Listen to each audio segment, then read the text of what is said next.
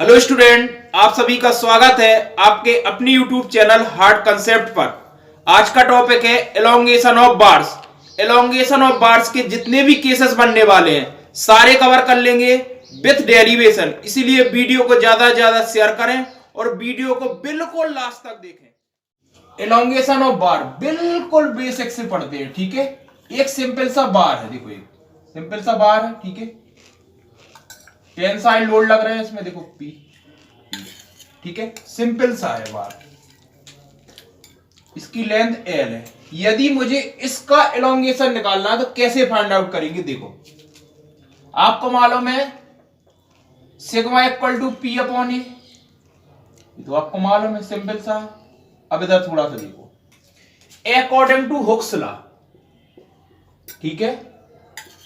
Hooke's law क्या था, जो स्ट्रेस है वो डायरेक्टली प्रोपोर्शनल टू स्ट्रेन होता है, यही होता है। अब ये बताओ, जब प्रोपोर्शनल साइन हटाओगे तो कुछ ना कुछ कांस्टेंट डाला था, वो कांस्टेंट क्या है, ई है, कैपिटल ई। कैपिटल ई क्या है, मॉडुलस ऑफ इलास्टिसिटी। क्या है, मॉडुलस ऑफ इलास्टिसिटी, ठीक है। एक चीज तो समझ में आ गई, ये क्या है, स्ट्रेन, और ये क्या है, स्ट्रेस। यहां तक समझ में आ गया। अब देखो सिग्मा इक्वल टू ई, अब जो स्ट्रेन होता था वो क्या होता था, change in length divide by original length.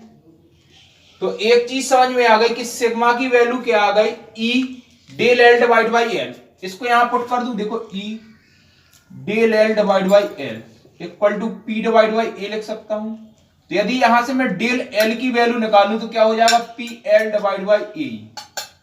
यानी कि आपको एक चीज समझ में आ रही कि यदि आपका सिंपल सा एक बार से, ठीक है, यदि उसका मुझे एलोंगेशन फाइंड आउट करना है तो वो क्या हो जाएगा, P L divide by A. Very very important, ठीक है। तो आपने बेसिक ये समझ लिया। अब इसके केसेस कैसे बनते हैं उसको देखते हैं।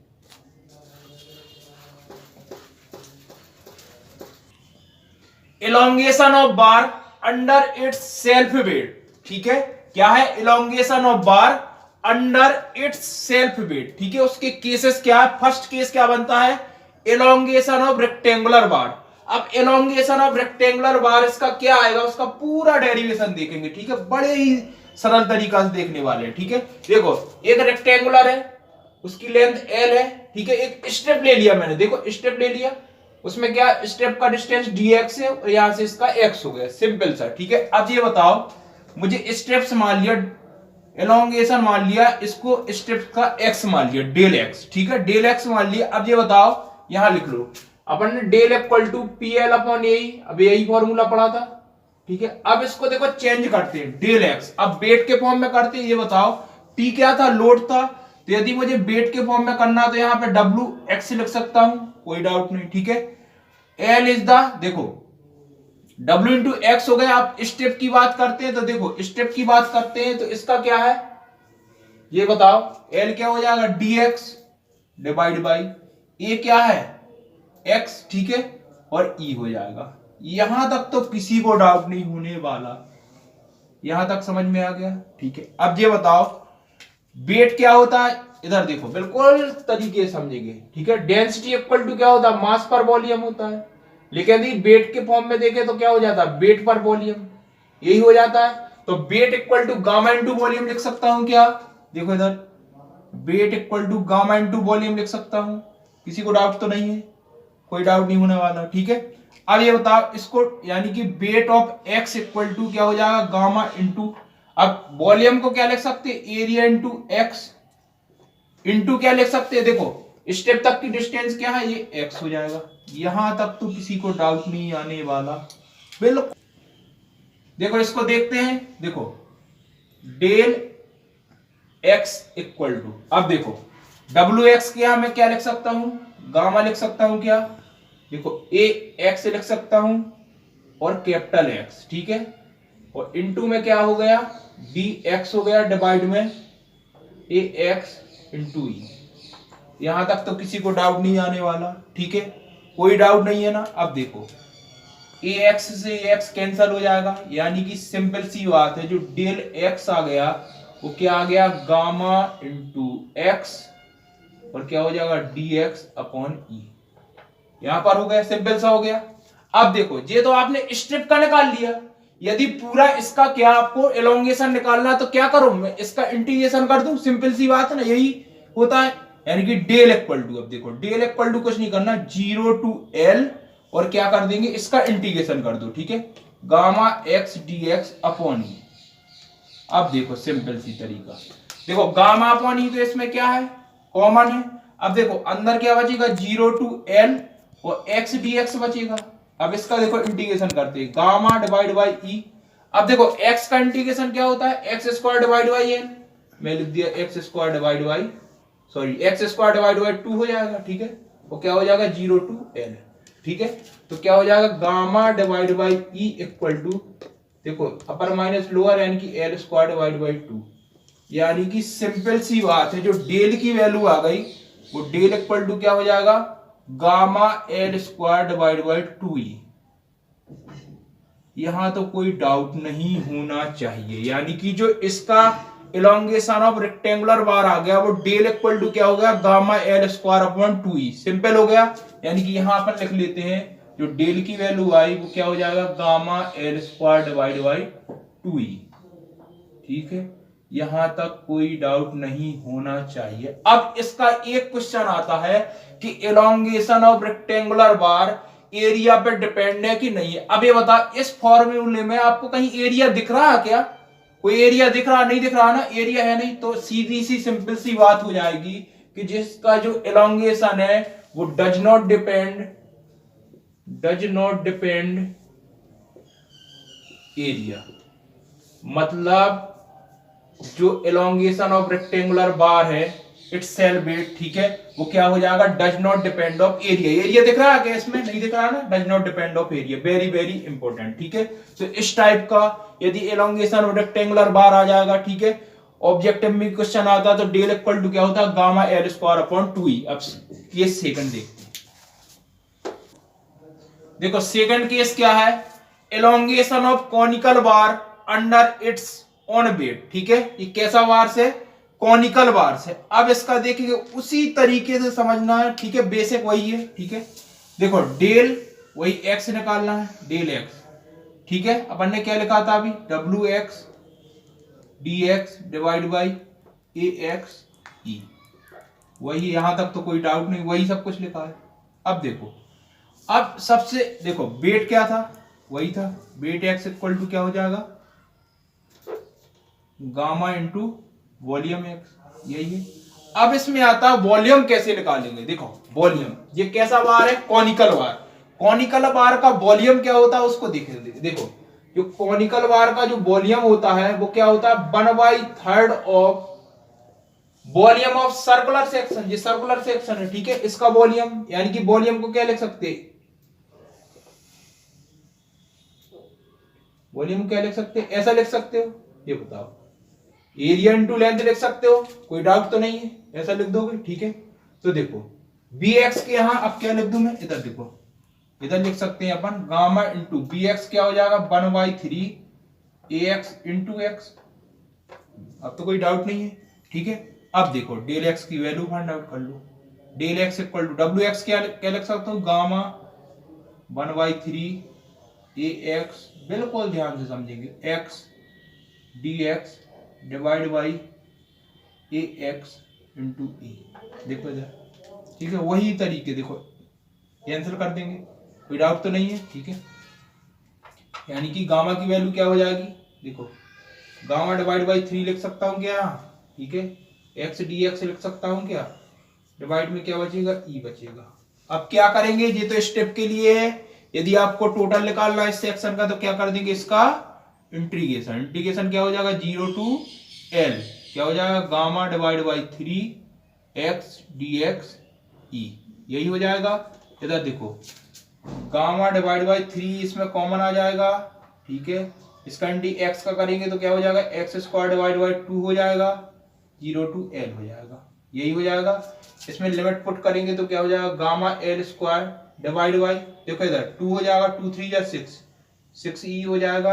यानी कि एक चीज तो समझ में आ गई क्या, कि जो आपका कॉनिकल बार का, ठीक है, जो इलोंगेशन आया वो डेल इक्वल टू क्या हो गया, gamma L square divide by 6e। कोई डाउट वाला तो काम ही नहीं है, ठीक है। यानी कि जो इलोंगेशन ऑफ क्वेश्चन आता है कि elongation of conical bar under its own weights क्या होता है, gamma L square divide by 6e।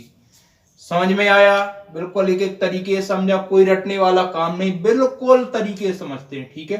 अब नेक्स्ट देखते हैं, elongation of a prismatic bar under load P. देखो यदि इस टाइप का प्रिज्मेटिक बार आ जाए और उसमें क्या बोल दे आपको रिएक्शन फाइंड आउट करना है आर ए आर बी, तो कैसे करेंगे, वेरी वेरी इंपॉर्टेंट, ठीक है। इसके न्यूमेरिकल बहुत बनते हैं, ठीक है। तो इस टाइप के देखो रिएक्शन कैसे फाइंड आउट करेंगे, देखते बिल्कुल सरल तरीका से देखेंगे। देखो रिएक्शन आप देख रहे हो, एक आर ए लग रहा है, एक आर बी लग रहा है, इस साइड लग रहा है और लोड उस साइड लग रहा है पी, ठीक है। तो यदि रिएक्शन देखें तो अपन क्या लिख सकते हैं, देखो R A plus R B, ठीक है, और लोड किस उस साइड लग रहा है कि माइनस के पी इक्वल टू 0 लिख सकता हूं क्या, यानी कि क्या हो जाएगा R A plus R B equal to P. यानी कि एक इक्वेशन तो आपकी यहां से आ गई, यहां तक कोई डाउट नहीं होना चाहिए। दूसरा क्या करेंगे, डिफ्लेक्शन ऑफ ए बी, क्या करेंगे, डिफ्लेक्शन ऑफ ए बी। देखो ए बी क्या है, ए से बी तक, मतलब पूरा डिफ्लेक्शन इक्वल टू 0 कर दो, क्या कर दो, deflection of A B equal to 0। अब ए बी को, अब देखो इसको सॉल्व करते हैं। अब ये बताओ deflection of A B equal to क्या लिख सकता हूं मैं, देखो ए बी है तो दो पार्ट में डिवाइड है, ए सी प्लस सी बी, यानी कि इसको क्या लिख देंगे, deflection of A C plus deflection of C B. यहां तक कोई डाउट नहीं होना चाहिए ये चीज। अब अपन क्या करते हैं, यदि आपको डिफ्लेक्शन ऑफ ए सी और सी बी मिल जाए, इसको रख दो, ऐड कर दो, इक्वल टू 0 कर दो, फिर देखते हैं क्या रिएक्शन कैसे निकाल। देखो डिफ्लेक्शन ऑफ ए सी चाहिए, यानी कि मैंने यहां लिखा डिफ्लेक्शन ऑफ ए सी। अब देखो डिफ्लेक्शन ऑफ ए सी चाहिए तो आपने इस टाइप का बार था तो उसका डिफ्लेक्शन क्या होता था, पी एल अपॉन ए ही होता था। तो इधर देखो जब डिफ्लेक्शन ऑफ ए सी चाहिए तो इसका ध्यान से देखना, मैं जैसे कंसेप्ट बताऊं वैसे ही देखना। डिफ्लेक्शन ऑफ ए सी सी तक का चाहिए तो हमेशा याद रखना जिस पॉइंट तक का चाहिए उसके पहले देख लो कितने लोड लग रहा है। इस पॉइंट तक का चाहिए सी तक का, तो सी पर जो लोड लग रहा है उससे कोई लेना देना नहीं है, अपन सी के पहले कितने लोड लग रहा है, देखो ए से सी, यहां पर देखो इसके पहले क्या एक आर ए लग रहा है, यानी कि लोड क्या हो जाएगा R A, P L upon A होता है। एल के यहां क्या हो सकता है, यहां तक की लेंथ क्या है ए डिवाइड बाई ए। अब तो कोई डाउट नहीं आने वाला।